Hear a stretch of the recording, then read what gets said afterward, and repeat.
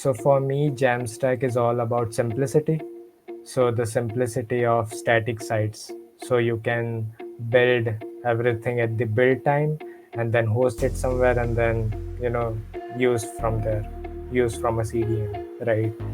So I like the simplicity about Jamstack.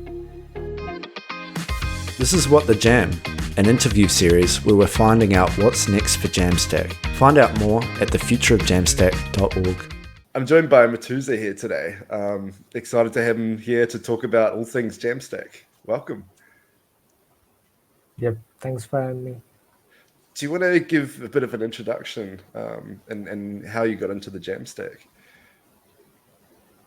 So I got into Jamstack when I was into creating my own blog. So at first, I used to write on dev.to, which is also a great blogging platform.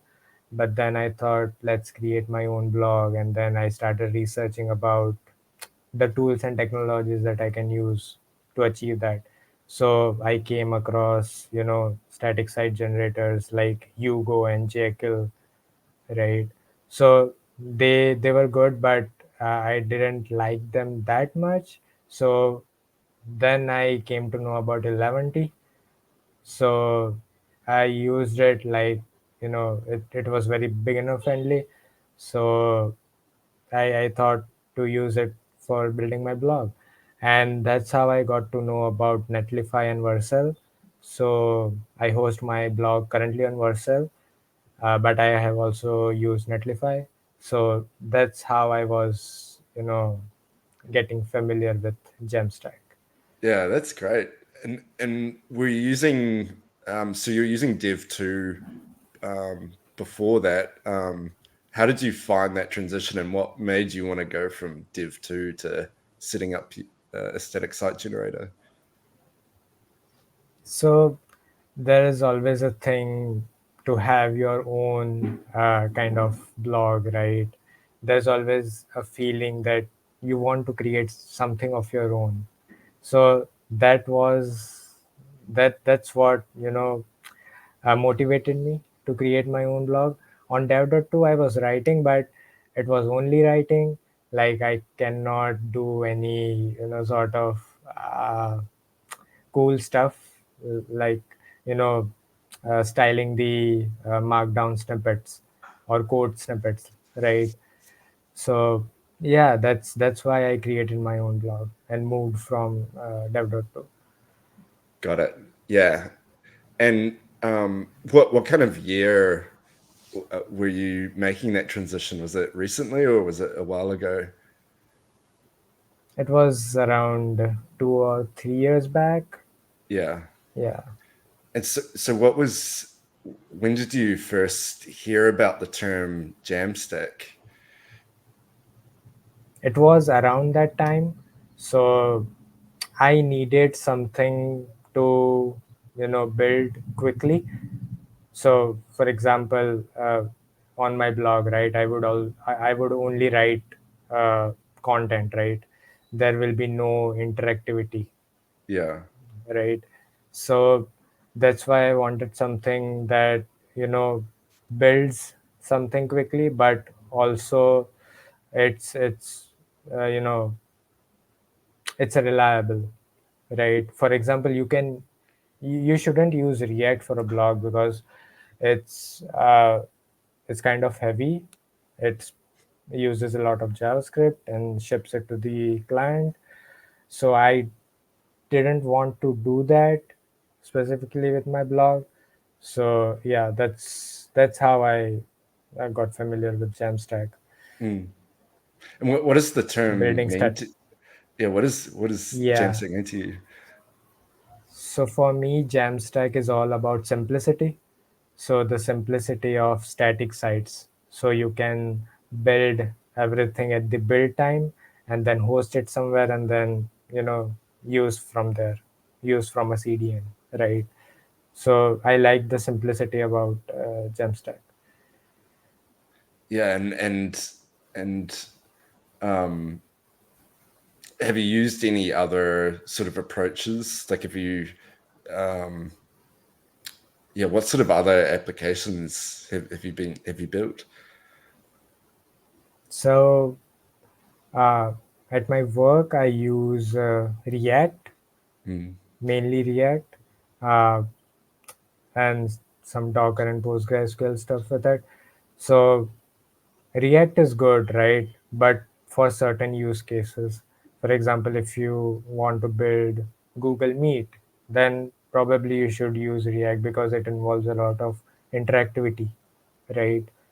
So that's how I think about it. So go for your use case and then select something which you need. yeah, no, I completely agree. Um, as someone coming into static site generators a few years ago, did you find find Jamstack a useful term, or was it not useful? Yeah, how did you find that? So earlier it was, JavaScript APIs and markup, but then Netlify, changed it to somewhat general, like term for everything. But I like that, right? JavaScript APIs and markup, because that used to be definitive, like it properly described what was Jamstack about. But then uh, things like server-side rendering and then on-demand rendering got into that, and then it lost its meaning. So Yeah. yeah. So where do you think the definition should start and where should it stop? So the definition of Jamstack would be static first, and then Mm, progressive enhancement with JavaScript. So yeah. that's how I would like to define Jamstack. Yeah. Yeah. No, that makes sense. And yeah, what are the core kind of benefits of building a static website versus like something dynamic or maybe serverless? So, as I said, right, if you don't have interactivity in your application, like, right, if you just have a subscribe button, then for that subscribe button, a small amount of JavaScript is okay, right? You can include it in client side code. Rest everything you can generate at build time and then host somewhere, and then just get the HTML files directly. So yeah, I mean, that's how you do it. Yeah. Um, what do you think about the term itself? Is should we should we stick with Jamstack as a term, or do you think we should come up with a new term? I think we should probably come up with a new term, because right now Jamstack has been considered dead by some people. Yeah, So I don't know how we can revive that. So yeah, probably we should go for another term, which clearly describes what Jamstack is all about. yeah. What do you think? Do you have any ideas for a new term? What do you think? Ah, I don't have any ideas right now, but I can suggest you later. Yeah, I'm going to pitch a few at you, and you tell Okay. me what you think of them. Um, Okay. so one is uh, it's just called pre-baking. So I don't know if you're familiar with Aaron Swartz. He was Yes. yeah, like a pioneer of the internet and Yeah. spec I think The Markdown JSTOR story. and yeah, and Yeah. RSS he was heavily involved with. But yeah, he had a Exactly. famous blog post back in 2003, I think, called "Bake Don't Fry." And the idea is pre-build or pre-bake your files rather than frying, which is dynamically rendering them. Exactly. Um, so like the community and the term could be pre-baked, and it's kind of paying homage to that. And I feel like it kind of nicely wraps up the idea Yes. of pre-building. So that's option one. Option two is um, you said it before, actually, static first. So it's about trying to make things more static, and it's about the journey of how can this be more static, but there's no like start or end. Like you could have a WordPress site that's very dynamic, and one way to make that more static is adding a cache or adding a CDN. Yeah.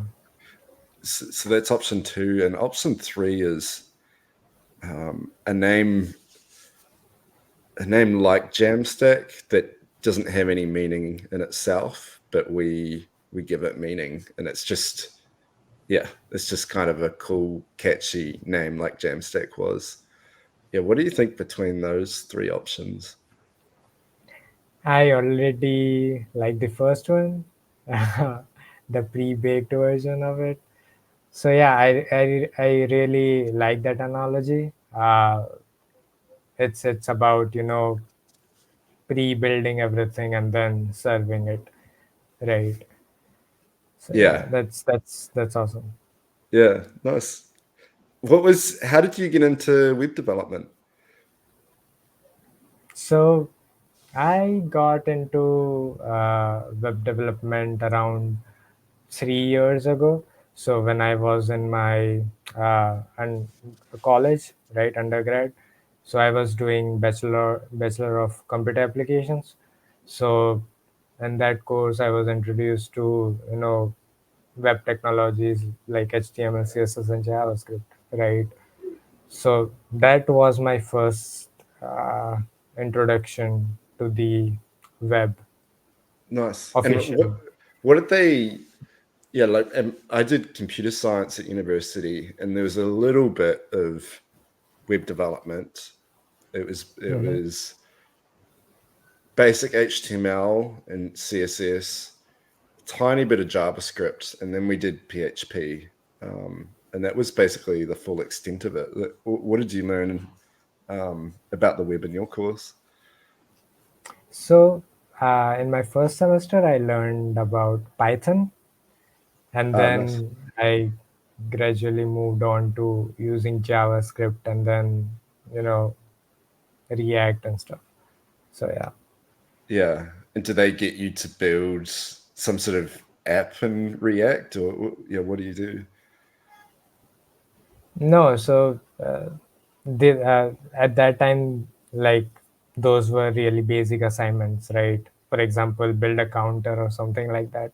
It Yeah. was not really an application. So Yeah. yeah, I started at the basics and then gradually moved on. Nice. Yeah. Yeah. I think it's awesome that the teaching React at that level. Yeah. Um, yeah. And then how do you learn now? What kind of like Dev 2 is obviously a resource for you. Um, is that one of the main resources you use? And how else do you learn about things for the web? So I mainly use blogs and YouTube videos as my resource for learning something new. So currently, I have switched to documentation first approach. So whenever I find a new technology, I just open the documentation and look like how they are doing things right, why such technology was introduced, why was the reason behind that, and then I check their getting started guide, and then Nice. configure some things locally, and then move on to blogs and YouTube videos for some much more context and nuance. So yeah, that's how I kind of learn things. Yeah. Yeah. It's like so many resources now. Yeah, it's like I feel like the barrier is lower than ever for anyone to learn web development and just try it out. I think a lot of people don't realize Yeah, just there are. how easy it is. Exactly. There are so many resources out there. There are newsletters which you can subscribe to, right? So there are awesome publications like CSS Tricks and Smashing Magazine, Yeah. Free Code Camp. You can always learn from that. Yeah. Have you found the Jamstack community to be useful for learning, or yeah, and where do you find resources within Jamstack? So my association with Jamstack is kind of limited to 11T because Yeah, I'm very much involved in the 11T community by now. Like I have integrated some tools and have written about it. For example, I have integrated Party Town with 11T, so wrote a blog about it.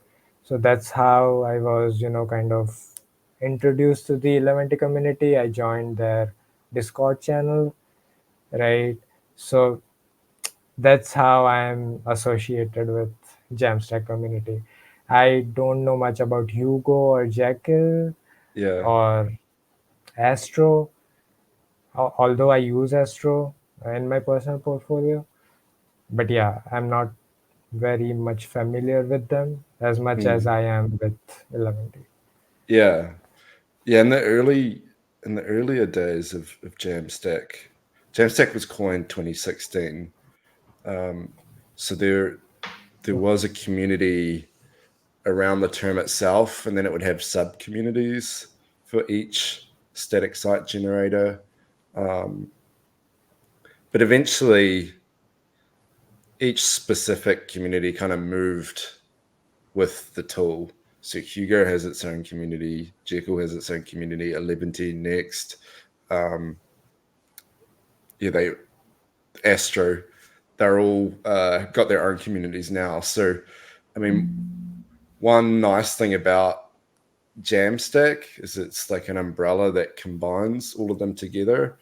Um, but it's whether that's really necessary now or wanted, because in one sense it's nice having a community around the specific tool you're using, but on the other hand, like it's good sharing ideas between tools and seeing how things work in other tool sets and bringing that into your own tool sets. Yeah, how do you as like someone in the 11T community, how do you see that? Like, do you see value in there being a umbrella with multiple tools, or are you pretty happy just in the 11T community? So I like that idea, right? Learning from other tools. I like that very much. So yeah, I prefer that, but I also want to have a nice, cozy community of the tool itself. So, for example, if I want to discuss about 11T, something about 11T, right? So I can directly reach out to the folks that are already using that or have built something with it, right? Yeah, So both we can have best of the both worlds, right? yeah, yeah. That's the plan. It's just figuring out what conversations happen in each, and what that umbrella community is about, and how it works, and how it how it helps all of those other communities and doesn't take away. Those are all the things we need to figure out. Um, yeah. Well, Matuza, is great talking to you today. I'm glad we got to have this chat. Yep, it was great talking to you as well. That's it for today's interview. Find out more at thefutureofjamstack.org.